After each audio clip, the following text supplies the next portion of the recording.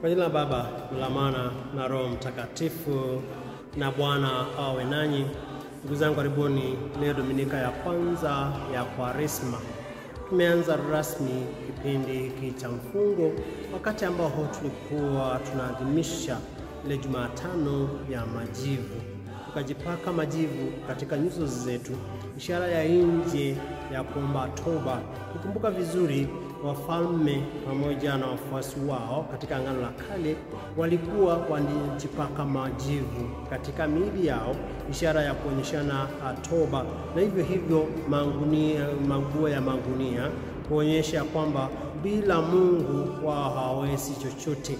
Tukajipaka majivu ambayo yalitoka ile mitende tuliyotumia mwaka uliopita. Sisi bila Yesu Kristo hatuna vichwa, hatuna mikono, hatuna miguu, hatuna mioyo, hatuna mahandili, hatuna roho, lakini kwake anatuunda upya, kwa sababu ni Baba aliyejaa huruma na upendo wake. Anatusafisha, anatuunda kama familia kupitia kifo chake, ndiposa tuweze kumpendeza. Kwa hivyo tumeanza hizi siku 40, ishara ya ukamilifu. Kumbuka Yesu alijaribiwa siku 40.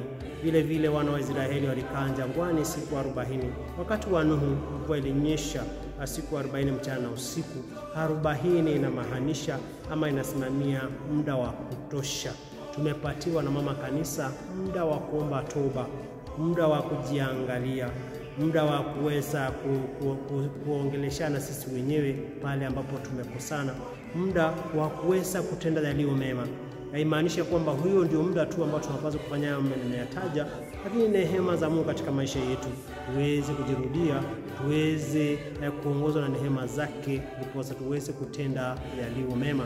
Na ndiposa wakati ambao tunaanza hii Dominika ya kwanza ya Kwaresma, tunaambiwa kwamba sisi tutajaribiwa katika maisha yetu, sisi tutapata mangumu katika maisha yetu. Yesu alijaribiwa, lakini alishinda kwa sababu alikuwa anamtegemea Mungu. Na sisi pia katika maisha yetu tutaweza kujaribiwa kwa mambo mengi. Tutaweza kujaribiwa katika ndoa, tutaweza kupata masaibu ya ugonjwa, tutaweza kukata tamaa katika maisha, lakini usitawaliwe na hanasa dunia hii, usitawaliwe na tamaa. Kuwa katika imani, muone Mungu ambaye anakuongoza katika maisha yako, anakuongoza katika ndoa, katika kazi, ili yale yote ambayo uko nayo yaweze kupatia neema za Mungu. Tuko katika jangwa. Yesu alienda jangwani na huko ndiye alipata masaibu. Mioyo yetu imekauka kwa sababu ya dhambi zetu. Sisi hatuna chochote, tuko katika jangwa kwa sababu dhambi zetu zinatutenga na Yesu Kristo. Kwa hivyo ule ukosaji ama ukosefu wa Yesu katika maisha yetu ni jangwa. Jangwa ya mawazo, jangwa ya upendo, jangwa ya maadili, jangwa katika familia. Lakini Yesu yu pamoja nasi, tumtegemee na tutaweza kukua vyema katika maisha yetu. Na haya yote tutaweza kuyasema kwa kufanya, kwa sababu tunaimarishwa katika imani. Tuimarike katika kumtegemea Mungu na tutaweza kushinda hayo yote. Somo letu la kwanza natoka katika kitabu cha Kumbukumbu la Torati sura 26 aya 4 hadi 10. Na hapa tunaona ni ungamo wa imani wa wana wa Israeli wa Mungu. Tunasoma historia ya wana wa Israeli, jinsi walivyomlilia Mungu, kwa sababu walikuwa wamechukuliwa kule utumwani, walikuwa vichwa ngumu, hawakuwa wanataka kumfuata Mungu. Na sasa tunaona kwamba hata walitengeneza dama ya dhahabu, na vile vile kule Masa na Meriba jangwani waliweza kumjaribu Mungu kwa sababu ya ugumu wa mioyo yao. Lakini tunaona kwamba waliweza kumlilia Mungu, na huyo Mungu akasikia sauti yao, akaweza kuona taabu zao, akaweza kuwaona wao, kwa sababu alikuwa wanaonewa, walikuwa wanafanyiwa mangumu.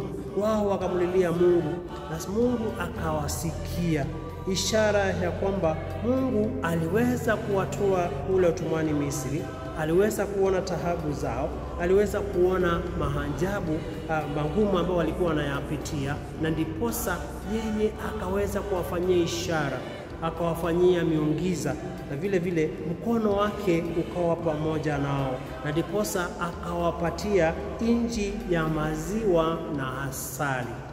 Ndugu zangu, katika maisha yetu tunajua kwamba kuna mangumu ambayo tunayapata. Maisha yetu haiko tofauti na wana wa Israeli. Lakini kawaida wana wa Israeli kabla hawajamtolea Mungu dhabihu ama shukrani, walikuwa wanaadilia yale Mungu amewafanyia katika maisha yao, ndiposa waweze kutoa shukrani yao. Wao walililia Mungu kwa sababu walikuwa na mangumu. Ndugu zangu, hata na sisi hatuna tofauti na wana wa Israeli. Tuko na mangumu katika maisha yetu. Wengine wetu ni wagonjwa, wengine wetu familia ziko na shida, wengine wetu wamekata tamaa kwa sababu ya masaibu, wengine hawana kazi, wengine wanachukiwa na watu, wengine wamesumbuliwa na watu, wengine hata hawana kazi, wengine wako shida nyingi ambazo tuwezi kustaja. Kile cha maana ni kumlilia Mungu, kwa sababu ukililia Mungu, naye Mungu ataweza kusikia sauti yako, ataweza kusikia kilio chako, na Mungu atakufanyia maajabu. Mungu atakufanyia ishara, na mkono wa Mungu utakuwa pamoja nawe. Mara nyingi tunakosa kufanya hayo. Badala ya kumlilia Mungu, unaanza kulilia watu. Wakati ambao unalilia watu, wanakuibisha. Mara nyingi unasumbuliwa na ugonjwa, badala ya kuenda kwa Mungu unaenda kwa mganga. Saa zingine familia iko na shida, unaendelea rafiki yako anaiharibu zaidi badala ya kukuimarisha katika mawazo. Saa zingine unakuta kwamba hata wewe mwenyewe umekata tamaa na hii maisha, kwa sababu hata wanakusumbua. Ukienda kwa watu badala ya kupatia matumaini, hata wanakuharibu zaidi, kiasi kwamba unataka kujinyonga, unataka kujiua, masaibu yako. Lakini kumbuka, Mungu wetu ni Mungu wa maajabu, ni Mungu wa ishara. Mkono wa Bwana upo pamoja nasi, ataweza kukuguza, ataweza kukushika. Hiyo ugonjwa hata ukuondoke, kama masaibu ya ndoa yaweze kuondolewa, shida za kazi ya kufungulia kwa milango yote. Vile unavyojisikia kwamba umekata tamaa, akuinue, sababu ni Baba anayesikia kilio chetu, ni Baba ambaye anaandamana nasi. Lakini hatutafanya hivyo kama sisi wenyewe hatuwezi kusikia maneno ya msaburi vile anavyotuambia siku ya leo. Anasema kwamba ni Zaburi ya 91, Bwana uwe pamoja nami katika taabu zangu. Anaendelea kusema, mabaya hayatakupata wewe, wala tauni haitakaribia hema yako, kwa kuwa atakuangizia malaika zake wakulinde katika njia zako zote. Huyu Mungu wetu atakuwa nasi katika shida zetu, atakuwa nasi katika taabu zetu, atakuwa nasi katika mangumu yote, kwa sababu mkono wake utatuchukua, tusije tukajikwaa miguu yetu katika njiwe, na tutaweza kukanyanga nyoka na simba. Na mwana simba na nyoka tutaweza kuwatesa na miguu yetu. Ishara kuonyesha kwamba kwake, ingawa tutakuwa na shida nyingi, tutakuwa na mahangaiko mengi, lakini tutaweza kuyashinda nguvu.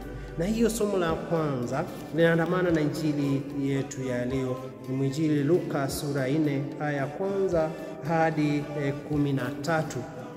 Na katika injili hii tunaona kwamba baada ya ubatizo wa Yesu anaenda nyikani na anakaa mle siku 40, kama vile wana wa Israeli walivyokaa nyikani miaka 40.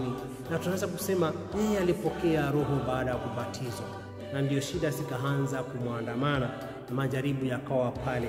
Na sisi pia mara nyingi baada ya ubatizo ndio tunamkaribia huyu Yesu, na hapo mara nyingi tunaweza kupata shida.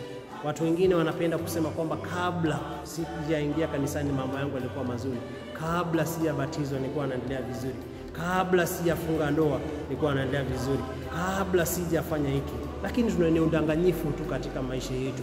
Huwezi kufanya jambo zuri na upate mangumu. Ni kwamba kile ambacho tugundue ni kwamba ni shetani ambaye sasa anataka kutumaliza. Kabla tujaenda kanisani, kabla ya kufunga ndoa, kabla ya kubatizwa, ulikuwa katika giza. Na kwa sababu umetoka kule kwa huyu ibilisi, sasa wakati ambao unakuja kwa mwanga anaanza kutafuta. Ndio unaona majaribu yanakuwa mengi. Lakini imaanisha ya kwamba baada ya kuingia hapo ndio ulipata hizo shida. Hapana, wacha kujidanganya ya kwamba baada ya kufunga ndoa kanisani ndio unapata shida. Baada ya kubatizwa ndio unapata shida. Kabla ulikuwa unaenda kanisani, familia yako ilikuwa nzuri. Hapana, unadanganyika. Kwa hivyo tunaona huyu Yesu anaenda kule jangwani, Arabu, anajaribiwa kwa vitu vitatu na huyu ibilisi. Na huyu ibilisi alikuwa mjanja sana. Alikuwa anajua kile alichokuwa anakisema. Ishara kwamba huyu ibilisi alikuwa anajua Biblia vizuri. Anamjaribu na jiwe ili iweze kuwa mkate. Anamwambia kwamba amsujudie na ataweza kupatiwa ufalme wote. Anamwambia kwamba anjitupe ndipo aweze kumjaribu huyu Mungu. Lakini katika haya yote huyu Yesu aliweza kushinda. Sio kwa nguvu zake, lakini kwa sababu alikuwa anamtegemea huyu Mungu baba yake ambaye alikuwa anampatia enzi yote, nguvu zote na hekima yote. Kwa hivyo katika majaribu haya yote tunaona kwamba mwishoni aliweza kutufundisha kwamba katika maisha yetu tutapata majaribu na sisi pia tutajaribiwa. Na wakati ibilisi anatujaribu, sio kwamba ajui kile ambacho anakifanya, anajua vizuri sana. Akija kwako kujaribu katika ndoa, anajua yale mazuri ya ndoa. Akija kujaribu katika kazi, anajua. Katika imani, anajua. Kwa hivyo ibilisi hawezi kuja kwako kama ajui kile anachokitafuta kutoka kwako. Na ukumbuke hili ya kwamba mtu ambaye ana imani, mtu ambaye hajajikita katika Kristo, ibilisi hawezi kuja kwake. Kwa sababu hakuna kitu atapata kwa huyu mtu ambaye hata amtegemei Mungu. Kwa sababu huyu ambaye yuko kwake, upande wake ana shida naye. Anataka wale ambao kwa upande wa Yesu ama upande wa Mungu, kwa sababu hao ndio anataka kuwavuta. Na wakati ambao unampatia nafasi, kwa sababu anajua yale yote unayapenda, anajua tamaa zako, anajua kule ambako umelegea, ukimpatia nafasi ataweza kukushinda. Na hapa ndio tunaona kwamba tunaanza kuzungumzia kuhusu mizizi ya dhambi. Mizizi ya dhambi ama vilema vikuu na viko 7. Kwanza majivuno, ya pili ni uchoyo, ya 3 ni zinaha, ya 4 ni wivu, ya 5 ni hasira, ya 6 ni ulevi na ulafi, na ya 7 ni uvivu. Katika hizi vilema vikiwa 7, ndio hapo tunaweza kulegea katika yale majaribu kuu Yesu alijaribiwa nayo matatu. Jambo la kwanza, tumbo, chakula. Jambo la pili, anasa za dunia hii, na jambo la 3, kule kujaribiwa kila siku katika maisha yetu kwa yale mema yote ambayo tunayaona. Inamaanisha kwamba kiburi cha uzima. Tunatafuta kiburi cha uzima. Na katika haya yote ambayo Yesu alijaribiwa, tunaona kwamba sisi wenyewe mara nyingi tunaingia katika shida kwa sababu ya tumbo zetu, kwa sababu ya tamaa za miili yetu, kwa sababu ya yale ambayo tunataka kujipendekeza ya nje. Kwa sababu unataka kujipendekeza wewe mwenyewe, unafanya yale ambayo ungependa kuyafanya, ama unafanya watu wale wengine mambo ambayo wewe mwenyewe haungependa. Na kwa sababu ya kutaka tamaa za dunia hii, tunaingia katika hanasa. Unaanza kutafuta pesa kwa njia ambazo sifai. Hata unaweza kuua watu, hata unaweza kwenda kwa mganga, hata unaweza kuiba, hata unaweza danganya, kwa sababu unatafuta hanasa za dunia hii, tamaa za dunia hii. Unajaribiwa katika hali, na kwa sababu ya hiyo hata unaweza kumsujudia ama unaweza kuabudu hata mtu. Unaweza kuabudu hata sanamu, unaweza kuabudu hata shetani, kwa sababu kuna kile ambacho unakitafuta kwake, lakini ni cha muda tu. Kumbuka, hakuna wa kulinganishwa na Mungu. Mungu ndiye mkubwa sana. Na hivyo unapata majaribu mengi katika maisha yako. Unapata majaribu ya kutaka kujiua tu. Unaamua unataka kujiua kwa sababu umepata shida. Masa zingine unakata tamaa na familia, unasema utarudi kwa hiyo familia. Unaacha mke, unaacha mme, unaacha watoto. Saa zingine hata utaki mambo ya kule nyumbani, baba na mama, au wote unawatupa nje, kwa sababu unataka kuishi tu maisha yako tu. Majaribu yanakuja, lakini kumbuka, kama wanadamu majaribu yatakuwa mchana na usiku, lakini tumepatiwa neema za kuweza kushinda hayo majaribu. Wewe jiulize, ni vitu gani vinakufanya uweze kufanya vile ungependa kufanya? Ni majaribu gani ambayo unayapata kila wakati katika maisha yako? Na wakati ambao unapata majaribu, unayafanyia kazi gani?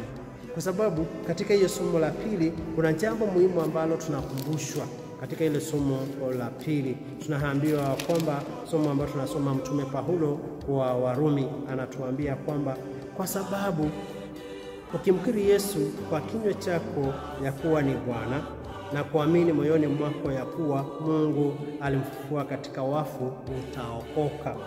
Kwa maana kwa moyo mtu huamini hata kupata haki, na kwa kinywa ukiri hata kupata wokovu. Ni ishara kuonyesha kwamba hii dunia hatuwezi kuishi bila imani. Ni lazima tuwe na imani thabiti. Majaribu yatakuwa, lakini tukiwa tumesimama imara katika imani yetu, huyu shetani hataweza kushinda nguvu. Ukiwa umesimama imara katika majaribu ya hii dunia, hautaweza kuangukia katika dhambi, kwa sababu kwa imani Roho ataweza kutuongoza. Na hivyo majaribu yote yakija, kwa sababu ni lazima yaje, utaweza kuyashinda. Ndugu zangu, tusiwe kila mara tunaanguka katika dhambi moja, katika jaribu moja, katika hali moja, ama katika kila wakati ni kilema hicho. Hapana. Zile mizizi ya dhambi tumeitaja, tuweze kuiangalia katika maisha yetu, tuishinde, na bila shaka kipindi hiki cha Kwaresima ambacho tumejaliwa na mama kanisa tutaweza kushinda. Kumbe tuombe Mungu kwa Dominika hii ya leo tuweze kusimama imara katika majaribu. Tujua kwamba tutajaribiwa, lakini tusianguke katika majaribu hayo. Tumsifu Yesu Kristo. Tuombe. Mama, tunakushukuru kwa sababu unatupenda na kutuimarisha. Kila mara tunajaribiwa, tunapata vishawishi vya kuingia katika dhambi. Tunakuomba utupatie neema zako, kama vile uliweza kushinda kule jangwani, na sisi pia tuweze kushinda katika jangwa ya mioyo yetu. Tuongezee imani na matumaini, na siku zote tukutegemee wewe. Tuone makubwa ambao umetutendea katika maisha yetu. Naomba hayo kwa njia ya Kristo na Bwana wetu. Na Bwana awe nanyi, na wabariki Mungu Mwenyezi, Baba na Mwana na Roho Mtakatifu. Na watakia Dominika njema. Usisahau kusubscribe, kucomment na kushare, ndio tukue pamoja katika hii channel yetu ya Living Word Comments. Mungu awabariki.